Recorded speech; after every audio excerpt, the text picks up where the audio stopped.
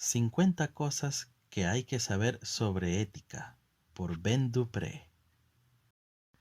Capítulo 7. El anillo de Giges. Giges, un pastor al servicio del rey Candaulés de Lidia, estaba atendiendo a sus ovejas cuando un repentino terremoto dejó a la vista una tumba subterránea. Al bajar se encontró un caballo de bronce vacío que contenía un cadáver gigante.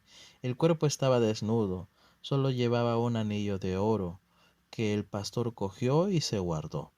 Al cabo de poco tiempo descubrió que el anillo tenía el poder de hacerlo invisible. Elegido como mensajero para informar al rey sobre el estado de sus rebaños, Giges entró en el palacio, donde usó el poder del anillo para seducir a la reina y asesinar al rey para hacerse con el trono. ¿Actúa mal Giges? ¿Y lo convierte eso en una mala persona?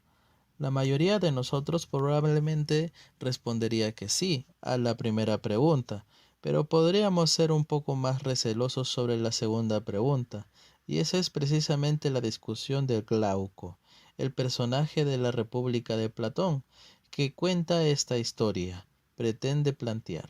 Argumenta que la gente se comporta moralmente por necesidad, porque favorece sus intereses hacerlo, no porque realmente quiera.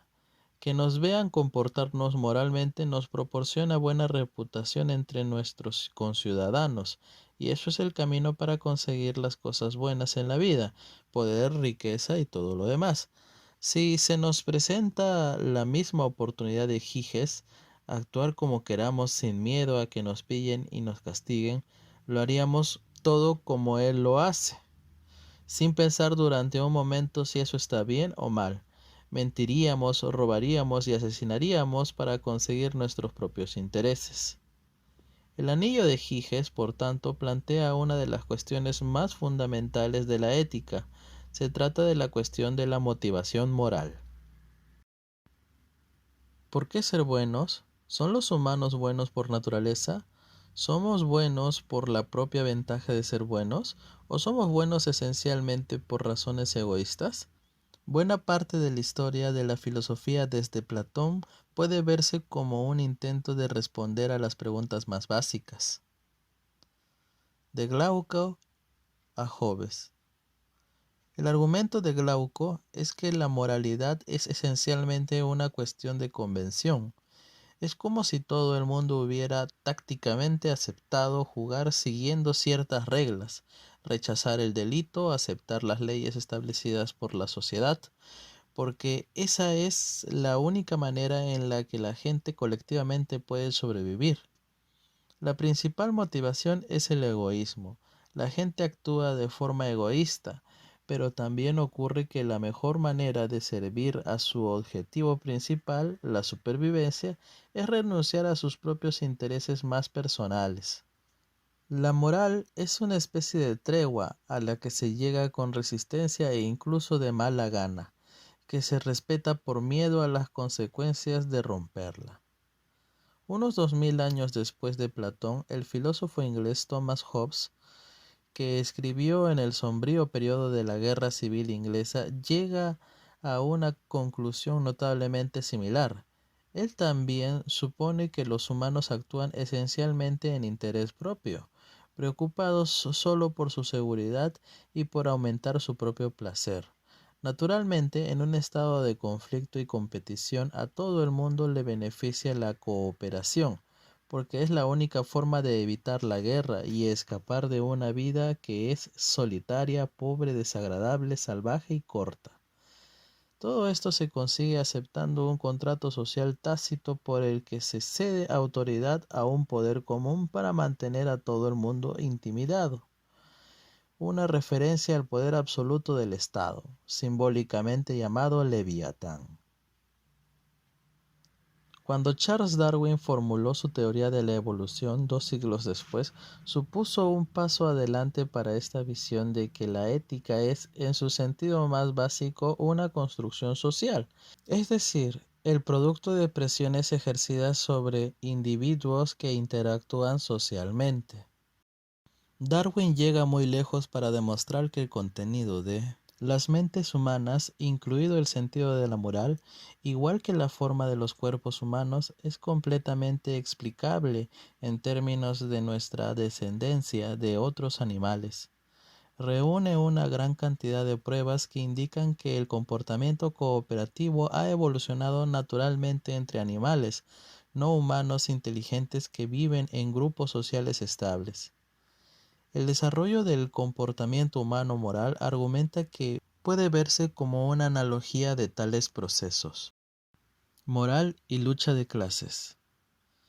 En la República, antes del desafío de Glauco a Sócrates, el foco de atención se centra en un sofista llamado Trasímaco, dado que comparte la visión de Glauco de que la moralidad es un asunto de convención social.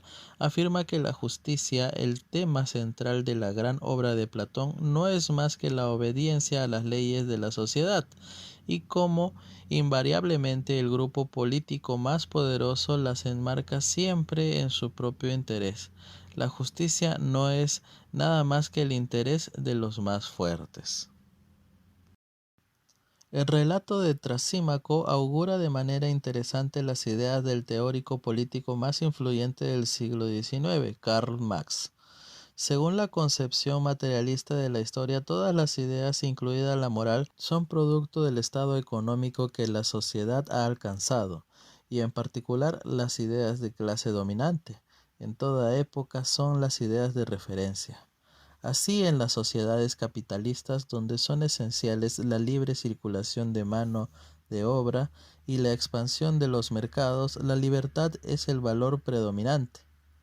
Como por supuesto es conocido, Marx también hace referencia a Rousseau al condenar la propiedad privada como causa principal de los problemas de la sociedad. Con la crisis de la lucha de clases, cuando los obreros oprimidos se levanten y venzan a la clase burguesa gobernante, se conseguirá una auténtica transformación, cuando el proletariado se haga con los medios de producción y se suprima la propiedad privada. De Platón a Rousseau. El propio Platón, que habla en la República a través del personaje de Sócrates, su mentor intelectual, se opone a la visión de la moral de Glauco. Como suele ocurrir a menudo con los griegos, Platón no contesta la teoría de Glauco de que los intereses de una persona son críticos para determinar qué debería o no hacer. Lo que rechaza es la idea de que la moral es algún tipo de construcción social. La virtud o la excelencia moral, en opinión de Platón, depende de tener una balanza adecuada entre las tres partes del alma: la razón, las emociones y apetitos. El hombre virtuoso, aquel cuya alma está en armonía, posee el control racional sobre las ambiciones y pasiones terrenales y por tanto vive en paz consigo mismo, haciendo el bien para sí mismo y los demás. Aquellos como Giges, por otro lado, que actúan mal, se dañan a sí mismos y a los demás, y por tanto acaban esclavizados por sus apetitos y viven desavenidos con su alma. De todos los pensadores siguientes, ninguno podría estar más lejos de la visión desoladora de Glauco o Hobbes que el pensador ginebrino Jean-Jacques Rousseau. Mientras que Hobbes imagina que los humanos anteriores a la sociedad, es decir, en un estado natural, vivían en una guerra sin fin de todos contra todos, Rousseau imagina el estado natural como un idilio rural de nobles salvajes que viven juntos en paz y que demuestran una compasión instintiva hacia sus iguales. Satisfechos con el sueño de la razón, acuden a la generosidad de la naturaleza para satisfacer sus necesidades más simples. Solo cuando los individuos reclaman la tierra y establecen el concepto de la propiedad nace la corrupción, lo que conduce a la aparición de costumbres restrictivas y leyes.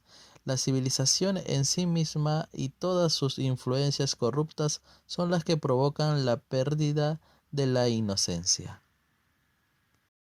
A pesar de su visión edificante, el propio Rousseau no albergaba ninguna ilusión de que se pudiera volver a esa idílica condición primigenia. Una vez que se había perdido la inocencia, comprendía que estábamos obligados a seguir el tipo de constricciones definidas por Hobbes.